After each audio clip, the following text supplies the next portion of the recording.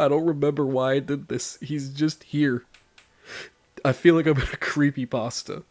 I don't remember. If someone could tell me how I got here, I would really appreciate it. So, the Nintendo DS. It was quite a successful system. However, I didn't really get into them when they were around. In 2011, I had actually just gotten my Nintendo DS and I was playing Pokemon Black. Yeah, as I'm sure many of you know, the Nintendo 3DS got off to somewhat of a rocky start when it first came out. It had trouble with software output, the hardware, while cool, wasn't really exciting. I mean, yeah, I can put my face on something and shoot it with the DS and the camera, but I have an iPhone? However, over time, Nintendo was able to make this into a worthwhile system, releasing a ton of phenomenal games on this thing. I mean, one of these original DSs right here was the only way you could experience the 3D remakes of Legend of Zelda, Ocarina of Time, and Majora's Mask. As a matter of fact, that is still the case. Dear God, Nintendo, please let me play those on the Switch. Please, they are the definitive way to play these games, and I need to have them on more platforms. But yeah, the Nintendo 3DS, by the end of its lifespan, that was a lot louder than I expected. By the end of its lifespan, became a phenomenal product, mostly because the only other competing thing Nintendo was doing around that time was the Wii U. I'm sure you all remember the Wii U. It had like a total of 5 good games. So as you can see, over the years I've accumulated quite a few Nintendo 3DS systems, starting off with this black model right here. Now this was actually one of my older models. This wasn't quite my first 3DS, because my first 3DS was actually an XL model, but that broke. This right here, that was dead. This particular black 3DS was given to me during a trade during 7th grade, I believe. If you were wondering what I gave him in return for this, it was Overwatch 1 on Xbox One. A game you can't even play anymore? I think I won. Although that did come with some downsides. For example, these triggers don't work. So yeah, playing anything that wasn't as basic as the most basic of RPGs, pretty damn difficult when your bumpers aren't working. So that's the story behind the first one. Now, the second one. This one I actually got very recently. I actually bought it off my friend JustinDG, who, if you haven't guys seen already, you guys should go check him out. He does some pretty funny gaming streams. I've actually made an appearance on one of them. So yeah, you guys should go watch it. It was a good time. Yeah, literally all that happened was he found this in like his dresser or his closet or something and just said, yeah, I don't really have need for stuff in the closet since I came out of it, so you can have this. Yeah, this one kind of just sits here because why not? I didn't have one, you know, with functioning bumpers. Oh, I did not mean to do that. Uh-oh. Uh-oh. Look at that, cam reception. Okay. But yeah, this is just a normal 3DS that has had no extra firmware added onto it. That's my attempt at a segue. Yes, say hello to my Nintendo 3DS XL. And if you can't tell by the amount of games on here, yeah, this is the modded one. This is the one that you came to see. Sorry I've been wasting your time, that's kind of just my style on these videos. Yes, for whatever reason, the Nintendo 3DS line of systems is actually very easy to mod. Installing the homebrew is as simple as like 4 things you need to do. I know that with Nintendo's recent update, they made it more difficult to mod them, however, I'm certain there's a workaround. The method I used is no longer available, but if you want to mod this thing, you can. Please look into it, it's super easy. Oh, I almost forgot, actually, hold on. Before we get into the meat and potatoes of this video, you might notice something a bit odd about this DS. Maybe not right away, but if I were to, say, flip it around. What the hell is an LL? Does it stand for Lustful Larry?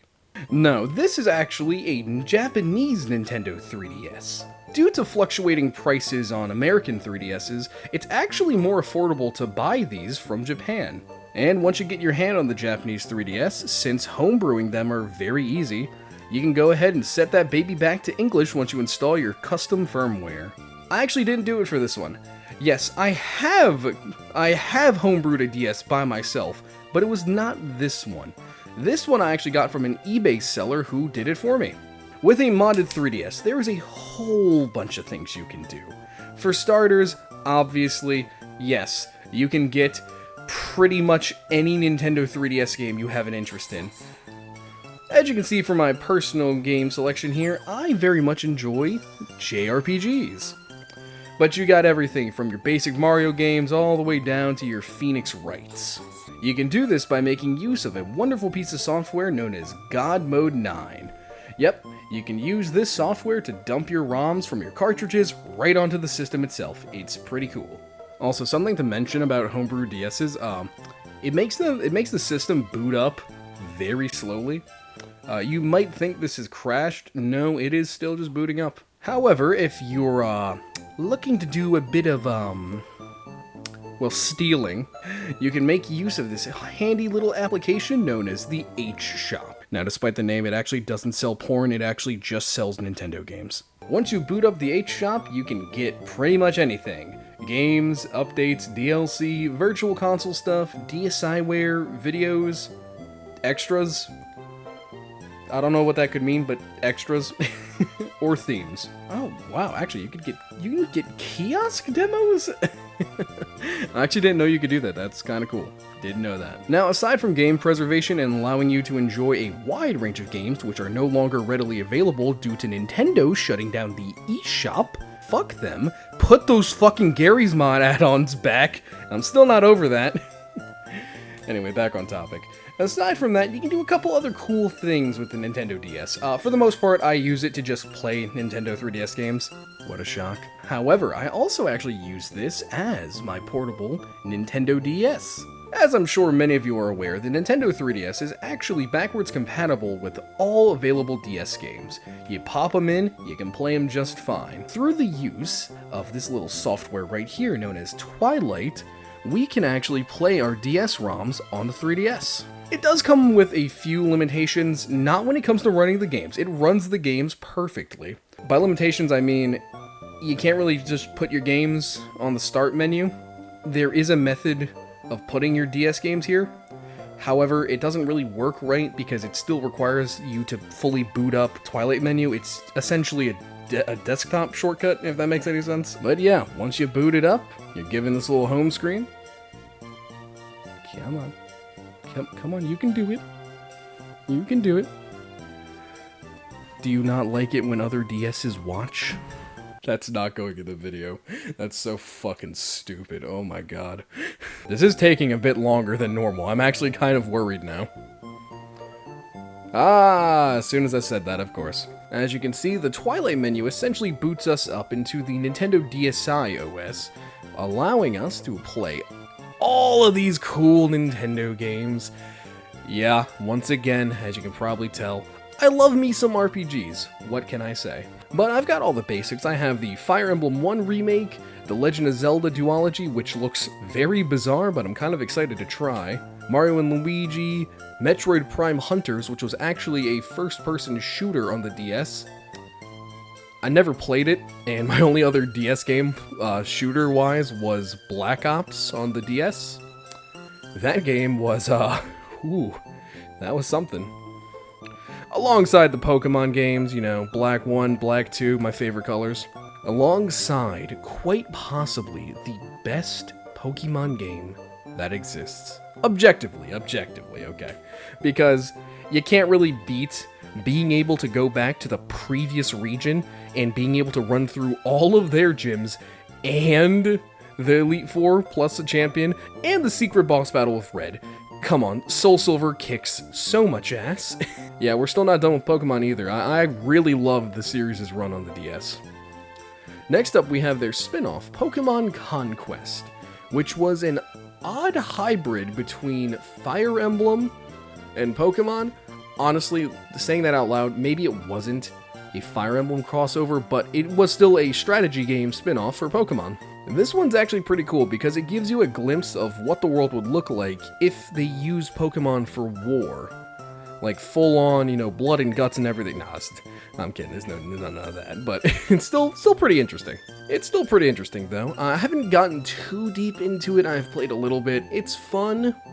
I do want to play more before I give a solid opinion, but yeah, very interesting game. I saw ads for it all the time. Pokemon Mystery Dungeon, absolute sleeper hit. So much so to the point that I don't want to talk much about it. For those of you who don't know, the Mystery Dungeon games involve you getting isekai'd, quite literally, into the Pokemon world. You play as a human transported there, with no memories of how he got there, and soon enough you're befriending Pokemon left and right, dealing with their antics, all while trying to unravel whatever mystery of the game. Just like the mystery right there. It's late, guys, I'm sorry. I don't want to say too much about it. This was the first game in the series, and it's fantastic. It got a remake on the Switch. I don't like how it looks, so I play it on here. Next up, we got Resident Evil Deadly Silence. Despite the weird subtitle, this actually isn't just a random spin-off from Capcom. This is actually a port of the very first Resident Evil on PlayStation 1 onto the DS. It's really cool, actually. It's surprisingly well done. I mean, it's nothing near the remake quality. You know, we're not on a GameCube, but it's a great way to experience the, you know, more campy style of the first release of the game. It does introduce a few touchscreen gimmicks, and on that note, actually, unlike most games where most of the action is on top and then you have like your map or something on the bottom screen, it's flipped. The main game is on the touch screen, while your inventory and map are displayed up here.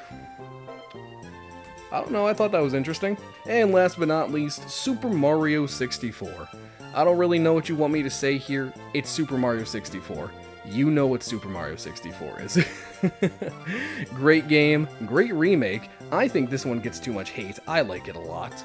Let's move on to the main 3DS games. Now, for the sake of brevity, I'm going to keep this part of it a little bit more brief. I do have quite a bit of 3DS games installed on this thing, so if I go one by one, giving my mini review on each one, we're going to be here for a little bit. So I'm going to pick out my favorite games I have installed, and then we'll go from there. I have the entire Shin Megami Tensei lineup released on this thing, and there was actually quite a bit.